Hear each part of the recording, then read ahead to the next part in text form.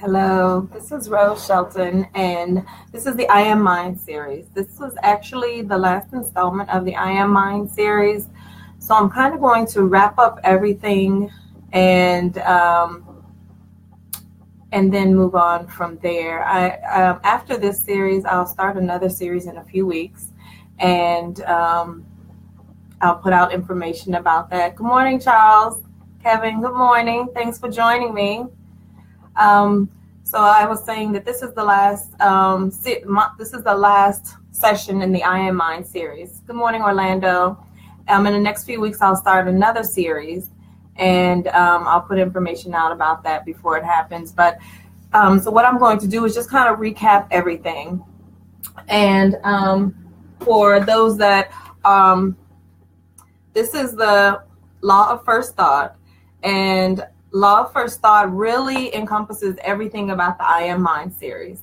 It goes deep, step by step, on how the mind works, what you can do to change certain thoughts that impact and change your life, and how to get the outcomes that you're looking for, how to cause shifts in your life, and really to evaluate what it is that you think, why you think it, where do those thoughts come from, and how to become aware in order to make change in your life.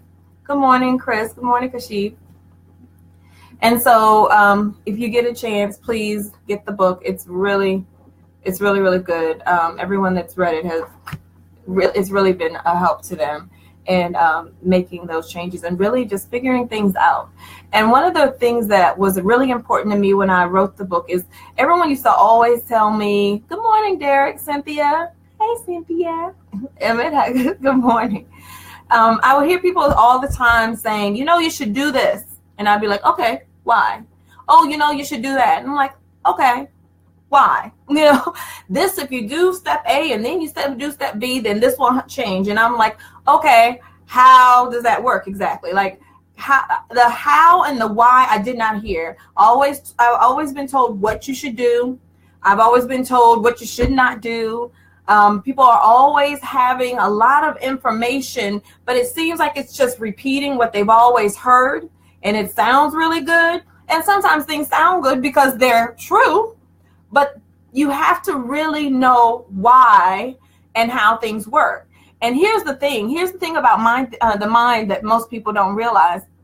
And I think in scripture, like in holy scriptures and all spiritual texts, there's always these questions about, why is it that I do this even though I want to do something different? How is it that I keep on tripping up over myself? All that kind of stuff. Well, if you understand the mind has safety traps to kind of help you not to trip over yourself. It really tries to protect you so that you don't lose your mind in this process we call life. So even though you want to make changes, it's kind of set up that you don't make changes without being aware and knowledgeable of what it is that you're changing, and then cause yourself more detriment and harm than good. So if I know that that's how the mind works, then it's probably best for me that even if I try to make good changes, to know why and how it's going to impact who and what I am. And that's what that's what I wrote in this book, the actual how and why it does what it does, and how and really sitting down, understanding how this sometimes an 8-year-old or a 9-year-old or a 15-year-old is standing at the gate of your belief system, fighting any change that's trying to occur. And then if you do change it, it's trying to get you back to that old process of being, because it's comfortable. And we love comfort. That's why it's so easy to self-sabotage. We love comfort. It's easy to do what we've always done because we know it. And when we're uncomfortable and we're in that unknown, so many things cause us to be scared and doubt that we bring that into the process of creation, and your mind would rather you not bring anything other, no doubt, none of that other crazy stuff, unless it's the doubt and the fear it's already been used to. So it'd rather hold on to old fears than now create a new fear out of this change you're trying to create. So That's what the law of first thought is really helping you to analyze your thoughts. Get back to your original thought in line with the creator, with the universe, that I and the Father am one. And that means that I am the greatness and the wholeness and the perfection and the good that originally was intended, and not my experiences, not my circumstances, situation, not my race, not my creed, not my ethnicity, not my country. None of that is who I am, even though I'm experiencing myself in that manner, but it's not who I am. So if I can get back to my original thought, my first thought that was breathed into me in the beginning, before I was even placed in my mother's womb, if I can get back to that original thought and live my life in that truth and reality, then all the things that I desire and the changes I want to make can happen. Good morning, Richard Montel. Good morning, Mukisa Moses Santiago. What a name. Love that. Loxie, good morning. Daryl, Clarence, good morning. Now, if anybody has any questions, I'm going to try to remember to look to the right so that I can stop and answer any questions. But I'm just going to kind of wrap up everything that we've talked about over the last few weeks. And so, in order to change your mind, really, in order to change your life, right? So the reason we change our mind is to impact our life. The only way you can change your life is by changing your mind. And the way that you change your mind is not the mind itself, because the mind is perfect in the way that it operates. But it's the thoughts that we put into our mind, the thoughts that we meditate on, the thoughts that we believe in, the thoughts that people have given us over time. The things that people have said to us, whether they're good or bad,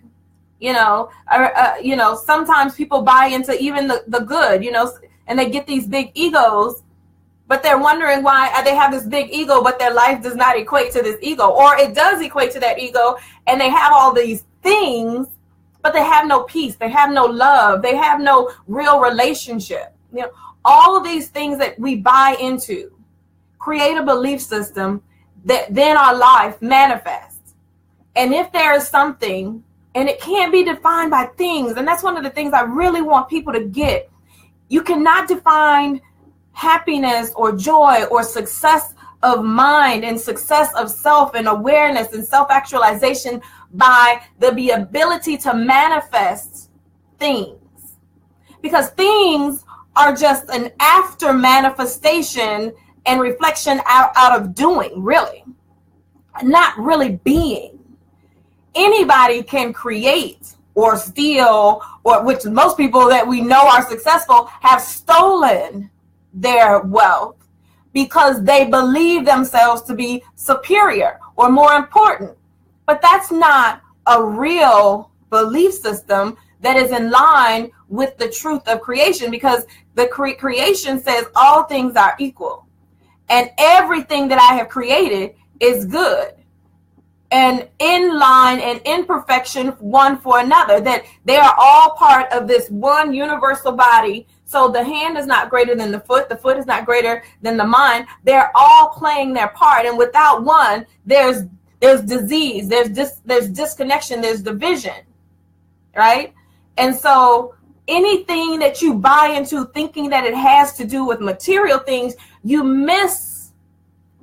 Sometimes you even miss that you are in a good place, because you start looking at the material things, not realizing that the material things, if you equate yourself to that, is a lower vibration, right? It's not a high consciousness. It's not a high vibration, because spirit doesn't need things. It needs relationship with us. We don't really need things. We need one another, and out of needing and operating in relationship with one another, then things come about.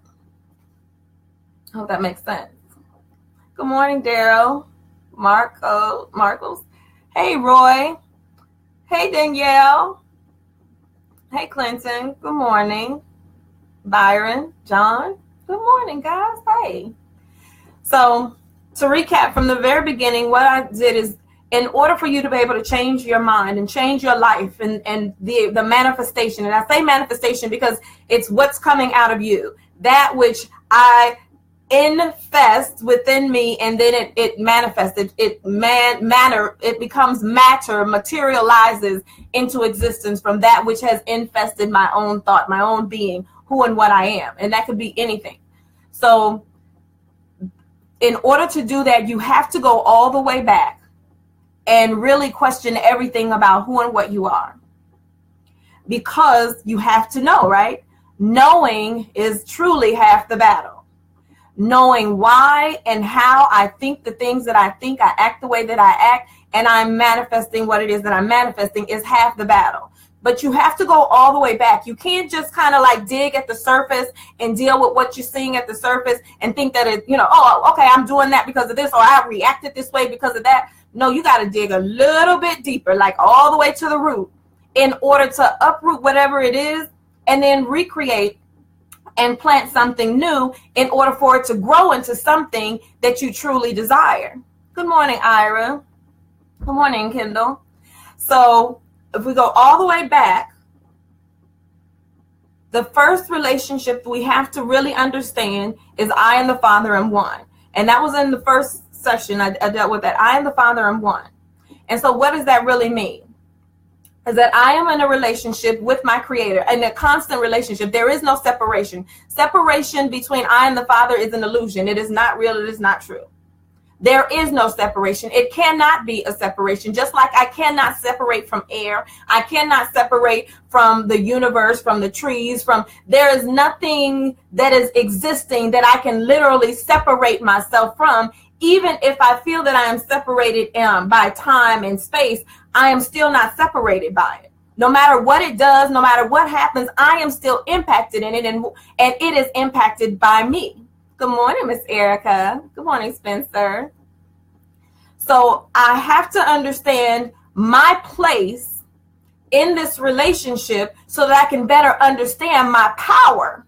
Because if I realize I'm powerful, and I realize that I do have the ability to shift and make change, then it's easier for me to accept a new thought to change in order to make my life better than what it is and impact what is actually happening around me. So I'm not caught up as a victim of circumstance or victim of life.